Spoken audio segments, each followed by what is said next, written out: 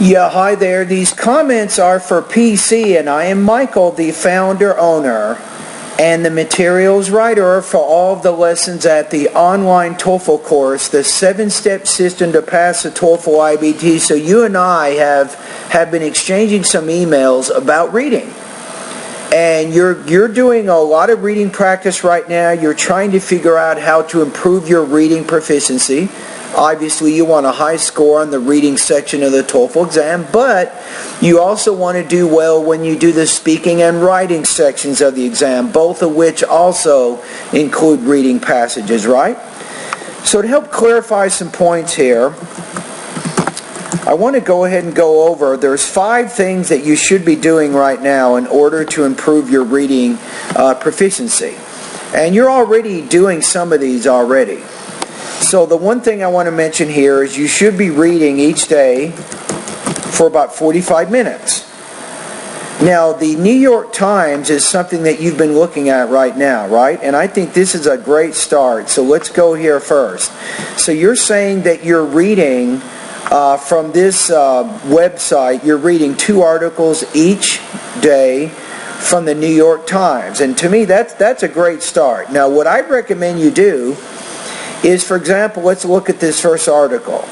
It says,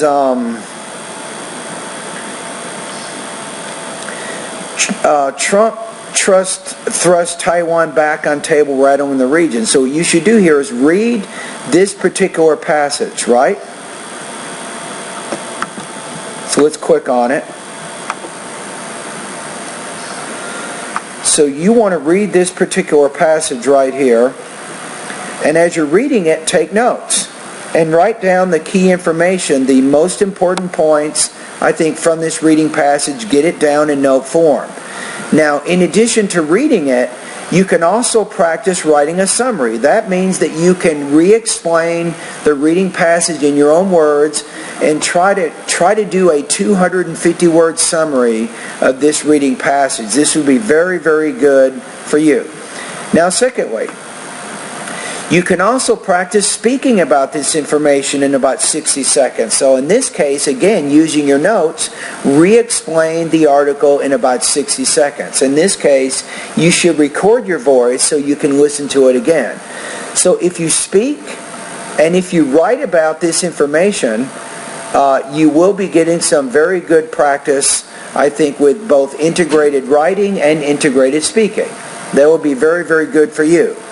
So that's going to be important for you. So each day you should be reading for about 45 minutes. Now, in this case, I do not recommend the TOEFL reading passages that you showed me, but for the 45 minutes, read New York Times, other types of magazines, and even books.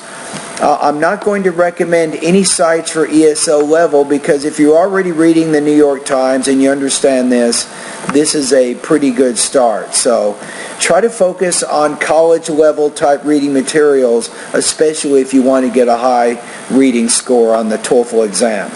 All right, now secondly, the next thing you want to do is to learn more vocabulary. This is also important.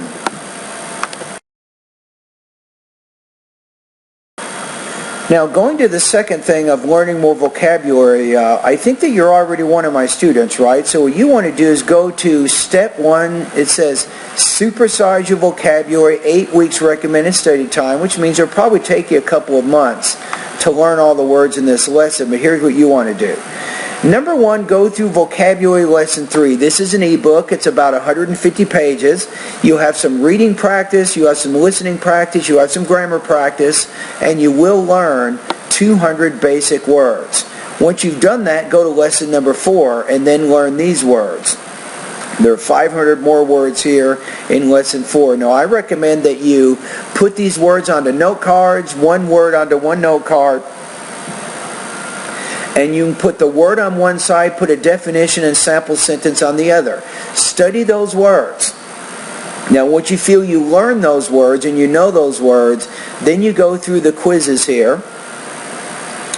And once you feel like you understand those, then go to lesson number 5 and learn another 500 words. This is E through P. Do the same thing, write the words on the note cards, study the note cards regularly, and don't forget to keep revisiting these note cards that you've already prepared for lesson number 4. Again, once you feel good about this next set of words, then you go through these quizzes, and finally you go to lesson number 6. Again, repeat the process all over again. Take these 500 words, P through Z, and put those on note cards, and then study those. And don't forget, you have to revisit lesson 5 and revisit lesson number 4. Now, once you feel good about understanding these words, then you go through these quizzes, and then you have a final exam over these, and then you have an overall exam testing your knowledge in all of these. So for the next 2 months, you should be reviewing the note cards for all 3 vocabulary lists. And that's going to be very, very good practice for you. All right, so that's how you learn more vocabulary. Remember, as you're studying vocabulary, you're also reading. Why? Because you will see the words that you're learning, you will see these words recycled in the passages that you're studying at the New York Times and other reading passages.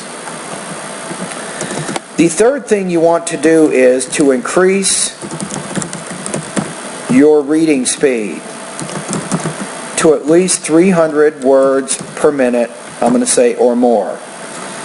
So how do you do that? So now you want to go to the reading part of my course. I'm going to go ahead and jump over to that one. That's step 5. Learn effective reading strategies. And here's what you want to do. Now, a lot of students, they'll say, hey, Michael, I got 100% on all of your reading tests. But remember, the goal here is to read the passage first in just 60 seconds. And then take the speed reading test without looking at the reading passage.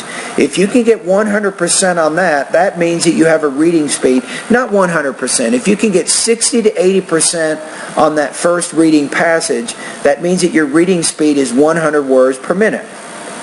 And then once your reading speed is 100 words, then you go to the next reading passage, which is 105. Remember, you're taking only 60 minutes to read each of these passages, and your goal is to be able to get to this one, 300 words per minute. You should be able to read this passage in 60 seconds, take the comprehension quiz. If your score is between 60 and 80%, that is enough. But your goal is to go through all of these speed reading passages and increase your speed reading to at least 300 words per minute. That's also good. Now, the next thing. You should learn the TOEFL reading question types,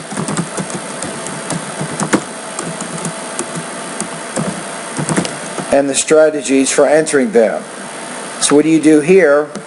If you go to the reading part of my online TOEFL course, again, here's what you want to do. First of all, go through lesson number 1. It gives you pre-reading, reading, and note-taking strategies. Make sure you go through that lesson. As you go through all of my lessons, I recommend that you take notes and write down the information so you can remember it. Lesson number 2, you want to go through, there's several videos here, vocabulary, pronoun, referent, and paraphrase question types. Go through these videos to understand the TOEFL question types and the strategies for answering each of these questions. Then you go to lesson 3, insert sentence, detail, negative detail, and implied detail question types. Then you go to infer rhetorical purpose, summary chart, and schematic table question types. And at that point, you will now know all of the TOEFL reading question types and the strategies for answering them. That's the next thing you want to do, is to do that. Then you could go to the 5th suggestion here, and this is to complete TOEFL IBT level reading practice tests. So this is the last one you want to do now. You're already doing this to some extent. Remember that you sent me an email and you showed me some of the reading practice that you're doing. However, a lot of those reading passages, they do not include all of the TOEFL IBT reading question types. For example, the reading practice that you're doing, it's focusing more on the paper-based TOEFL exam, which means you don't have infer rhetorical purpose questions, you don't have questions that involve charts or tables, you don't have insert a sentence type of question, and you don't have paraphrase type questions. So I think that you should take some IBT reading practice tests so you can see how well you're doing with all of these question types. So you have two choices here. One choice is you can get a TOEFL book that's geared, that helps you, that shows you practice questions for the TOEFL IBT exam. Right, you can do that. A good book would be the Cambridge Preparation Course for the TOEFL IBT by Jolene and Robert Gere. That would be a great book there. Now, if you don't have that or don't want to get a book like that, you want to do everything online, if you go to my website, go to the 8th section after Step 7. It says full-length TOEFL IBT and section-specific tests. My recommendation here is I don't actually have these practice tests on my website, but I partner with a website that does. The website is called ScoreNexus. So if you want to purchase a reading practice test from these guys, you can go to scorenexus.com right here. You can click on this, and you can buy one of their section-specific reading practice tests. I think it's around $9 or $10, so I think that would be good. So let's recap what I just said. So in order for you to improve your reading, there's really 5 things that you want to do. Read for about 45 minutes every day, like I explained in the video. Number 2, learn more vocabulary. You can do that by going to my online TOEFL course, going to the vocabulary section of the course as I described. Number 3, again, using my online TOEFL course, you want to increase your reading speed to 300 words per minute. Number 4, again, using my online course, you want to watch the videos and you want to learn all of the reading question types and the strategies for answering them. And finally, you should be taking TOEFL level reading practice tests as I described. So if you do these 5 things, this will help you to improve your score. Now here's what I'm telling you. I want to make sure you focus everything in the right perspective here. You should spend really 80% of your time focusing on steps 1 through 3. This is what you do the most.